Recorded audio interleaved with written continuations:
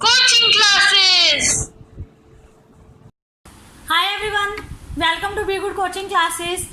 जो मेरी first video थी उस पर मैंने बताया था how to parent a child. ये मेरी जो सेकंड वीडियो है इसमें मैं आज what comes after and what comes before का कंसेप्ट क्लियर करवाऊंगी। कुछ बच्चे तो इसको इजीली क्लियर कर लेते हैं, सीख लेते हैं, बट कुछ बच्चों को इसको लर्न करने में काफ़ी प्रॉब्लम आती है।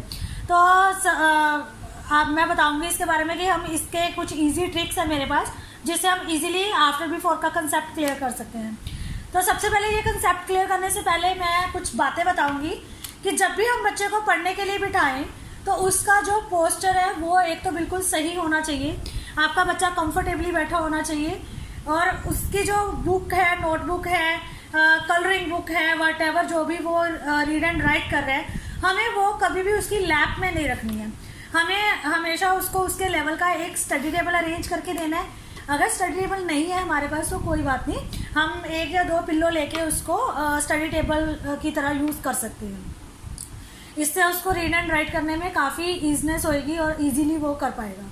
सेकंड, सबसे बड़ी जो बात है वो क्या होती है कि बच्चे जब भी लिखने बैठते हैं तो वो पेंसिल तो ले लेते हैं, उनके हाथ में पेंसिल तो होती है, बट इरेजर जो होती है उनकी कभी इधर कभी उधर। जैसे अभी ये इरेजर मेरी स्टडी टेबल पे पड़ी हुई है, तो इससे क्या होता है कि जब भी कुछ रॉन्ग होता है तो पहले तो बच्चा इरेजर ढूंढने में टाइम वेस्ट करता है कि इरेजर कहाँ है, तो इससे थोड़ी कंसंट्रेशन खराब होती है। तो जब भी हम बच्चे को पढ़ने के लिए बिठाए, जब भी हम उसको पेंसिल पकड़ाते हैं तो एक हाथ में पेंसिल और दूसरे हाथ में इरेजर जरूर रखें। इरेजर हमेशा सेकंड हैंड में होनी चाहिए, ना कि वो बेड पे या स्टडी टेबल पे या इधर उधर नहीं होनी चाहिए। हमेशा इरेजर जो है वो हाथ में होनी चाहिए ताकि कुछ भी रॉन्ग हो जाए तो बच्चा फटाफट उसको इरेज करके और वो उसको क्लियर कर ले, ठीक कर ले। अब मैं बताऊंगी कि आफ्टर और बिफोर का कंसेप्ट हमने कैसे क्लियर करना है। तो सबसे पहले मैं बताऊंगी आफ्टर के कुछ इजी ट्रिक।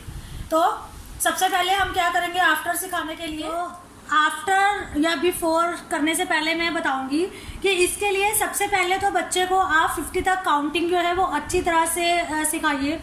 और रिटर्न सिखाने से अच्छा है आप इसकी ओरल प्रैक्टिस करवाइए।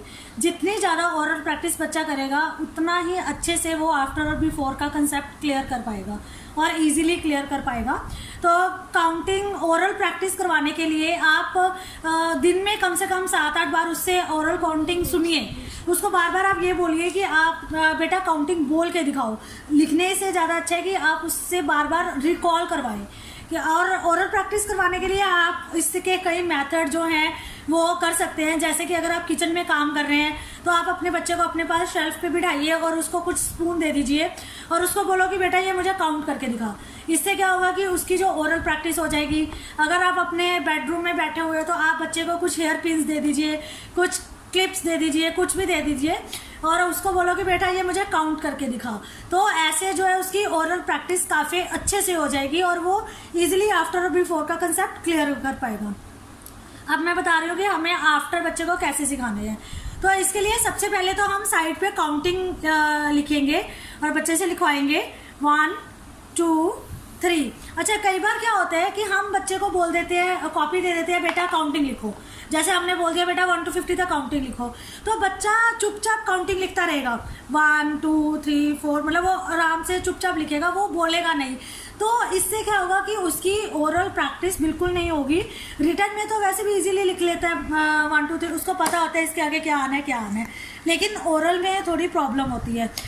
जब भी आप बच्चे को सिखाएं, जब भी आप काम करवाएं, तो आप सबसे पहला आपका पॉइंट ये होना चाहिए कि बेटा जो भी काम करना है बोल बोल के करेगा। जैसे आवाज़ आनी चाहिए, अगर वो काउंटिंग लिख रहा है तो वो बोल बोल के लिखेगा, लाइक 1 2 3 4 5 6 7 8 9 10। तो ये आवाज़ जो है वो जहाँ पे भी आपको लग रहा है कि आपका बच्चा रुक गया है, वो नंबर नहीं बोल रहा, तो आप उसी समय अपने बच्चे को टोकिए और उसे बोलिए कि बेटा आवाज़ आनी चाहिए, आपको जो भी लिखना है वो बोल बोल के लिखना है। ये हमने अब काउंटिंग लिख रही है। अब मैं आफ्टर के कुछ नंबर यहाँ पे लिख रही हूँ।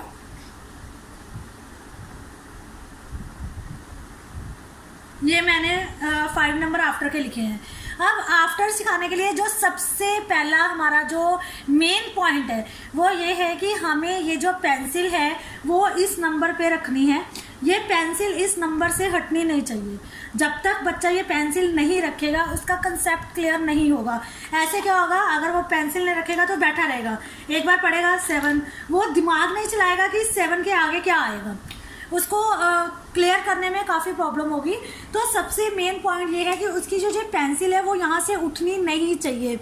मेन जो है ये पेंसिल इस नंबर पे होनी चाहिए, लाइक 7 8 4 5 6 7 9 10 3 4। तो ऐसे से अपने आप जो हमारा हाथ है या बच्चे का हाथ है वो आगे की तरफ बढ़ेगा। अगर वो पेंसिल रखेगा तो उसका हाथ अपने आप आगे की तरफ बढ़ेगा, तो उसे ये पता चलेगा कि हमें 7 के आगे वाला नंबर लिखना है। जैसे अब ये पेंसिल नहीं हटेगी, आप बच्चे को बोलोगे 7 8, ऐसे सीधी सीधी काउंटिंग वो बोलता जाएगा, उसके लिए ईजी होएगा। 7 8 4 5 6 7 9 10 3 4। और ये हमारी जो पेंसिल है ये आगे की तरफ जा रही है, तो इसका मतलब हमें इसके आगे वाला नंबर लिखना है। ये तो था ये मेरा सेकंड ट्रिक। अब मैं फिर से कुछ नंबर लिख रही हूँ, यहाँ पे आफ्टर के ही नंबर लिखूंगी मैं। ये मैंने फिर से यहाँ पे 5 आफ्टर के नंबर लिखे हैं। अब हम क्या करेंगे इसको कि पेंसिल, अगेन मेरा ये पॉइंट है कि पेंसिल इस नंबर से हिलनी नहीं चाहिए। जब भी हम बच्चे को काम करवाए तो उसकी पेंसिल जो है वो इस नंबर पे होनी चाहिए। तो कई बच्चे तो इजीली सीख लेते हैं। अब जो बच्चे इजीली नहीं सीख पाते, ये बहुत इजी ट्रिक है उनके लिए कि हम क्या करेंगे, ये पेंसिल इस नंबर पे रखेंगे और हम बच्चे को ये बता रहे हैं 4, जो हमारी पेंसिल कहाँ जा रही है 4 5, ये हमारी पेंसिल आगे जा रही है 4 5। तो अगर बच्चे को ऐसे नहीं समझ आ रहा, कोई बात नहीं, परेशान मत होइए। 4 5, तो ये 4 है, 4 के आगे कौन सा नंबर है 5, यहाँ आएगा 5। 2, ये 2 है, तो ये हमारी पेंसिल आगे जा रही है 2 3, तो 2 के आगे कौन सा नंबर है 3, तो हम यहाँ पे लिखेंगे 3। 1, पेंसिल आगे जा रही है 1 2, 1 के आगे कौन सा नंबर है 2, यहाँ पे 2 आएगा। 6, पेंसिल आगे जा रही है 6 7, 6 के आगे कौन सा नंबर है 7। 5, ये हमारी पेंसिल आगे जा रही है 5, 5 के आगे कौन सा नंबर है 6, तो हम यहाँ पे 6 लिखेंगे। ये था मेरा सेकंड ट्रिक। तो ये बहुत इजी ट्रिक है, बस आपको एक ही बात का ध्यान रखना है, ये पेंसिल आपकी नंबर से हिलनी नहीं चाहिए, पेंसिल आपकी नंबर पे होनी चाहिए। इससे क्या है, हमारा हाथ ऑटोमेटिकली अपने आप आगे बढ़ेगा और बच्चे को ये रिकॉल हो जाएगा कि हमें आगे वाला नंबर लिखना है। 4 5 2 3 1 2 6 7 5 6, ये था मेरा सेकंड ट्रिक। तो अब मैंने फिर से इसमें 5 आफ्टर के नंबर लिखे हैं। तो ये मेरी एक थर्ड ट्रिक है। इसमें हम क्या करेंगे कि बच्चे को काउंटिंग बोलने के लिए हम बोलेंगे, जैसे पेंसिल रखनी है, पेंसिल रखना हमने नहीं भूलना। 7, तो ये हमारी पेंसिल आगे जा रही है, तो हम क्या करेंगे, बच्चे को काउंटिंग बोलने के लिए बोलेंगे 1 2 3 4 5 6 7 8। तो 7 के आगे क्या है 8। ये हमने पेंसिल रखी है यहाँ पे फिर से 2, तो ये हमारी पेंसिल आगे जा रही है 1 2 3, तो 2 के आगे क्या है 3। 4, पेंसिल आगे जा रही है 4 1 2 3 4 5, तो 4 के आगे क्या है 5 5 1 2 3 4 5 6, 5 के आगे क्या है 6 1 2, 1 के आगे क्या है 2। तो ये था मेरा थर्ड ट्रिक जो काउंटिंग, इसलिए मैं बार बार ये कह रही हूँ कि हम आफ्टर और बिफोर सिखाने के लिए बच्चे को ओरल प्रैक्टिस ज़्यादा से ज़्यादा करवाएंगे। और ओरल प्रैक्टिस करवाना कोई मुश्किल नहीं है, हम बच्चे को कभी भी कोई 7-8 चीज़ें 5-6 चीज़ें दे देंगे और हम बच्चे को बोलेंगे कि हमें वो काउंट करके दे। ऐसे उसको ये गेम की तरह लगेगा और इससे उसकी ओरल प्रैक्टिस भी बहुत अच्छे से हो जाएगी। तो ये तो मेरे कुछ ट्रिक्स थे आफ्टर सिखाने के लिए। तो आई होप आपको ये ट्रिक अच्छे लगे होंगे। आप इन्हीं ट्रिक्स से अपने बच्चे को आफ्टर सिखाइए और आई एम श्योर कि वो इजीली इसको सीख जाएगा। ये मेरी कुछ ट्रिक्स थी, हम आफ्टर कैसे अपने बच्चे को सिखाएंगे। अब ये मेरी बेटी है स्नाया महाजन, से हाय। तो इसको मैंने आफ्टर सिखाए हैं। अब देखते हैं कि इसको कंफ्यूजन है या इसको इजीली आ गया है। तो ये अब आपको कुछ करके दिखाएगी। स्टार्ट स्नाया। ये पोस्टर इसका, पेंसिल रखो, पेंसिल स्नाया, अपने पेंसिल नहीं उठानी है। हाँ 7 सही से बोलो, थोड़ा जोर से। 3 2 लिखो। पेंसिल रखो, pencil 2 3 very good. 8 7 4 5 very good. तो अब हम चेक करते हैं कि इसने कितने सही किए हैं और कितने गलत किए हैं। स्नेहा काम किया 7 8 3 4 2 3 8। 7 तो ये देखो बेटा, ये आपने रॉन्ग कैसे किया है। ये क्या है 8। हमारी पेंसिल कहाँ जा रही है? आगे आगे। तो 8 के आगे क्या आता है? 9 तो आपने 7 क्यों लिखा? 9 4 5 5।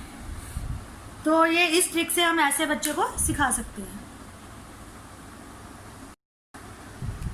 तो ये मैं कुछ आपके बच्चे के लिए भी कुछ नंबर्स यहाँ पे दे रही हूँ। आप इन नंबर से अपने बच्चे को प्रैक्टिस जरूर करवाइए और इन्हीं ट्रिक से प्रैक्टिस करवाइए, तो ये आपका बच्चा इजीली इसको क्लियर कर लेगा।